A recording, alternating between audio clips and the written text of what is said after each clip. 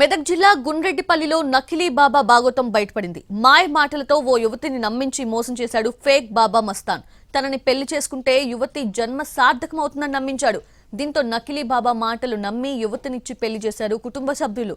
ఆ తర్వాత ఇంట్లో గుప్త నిధులు ఉన్నాయని నమ్మించి లక్షల రూపాయలు తీసుకుని తవ్వకాలు జరిపాడు కేటుగాడు.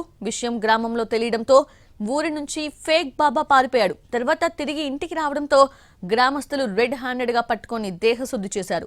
అటు నకిలీ బాబాకు ఇప్పటికే 2 పెళ్లిళ్లైనట్లుగా గుర్తించారు పోలీసులు.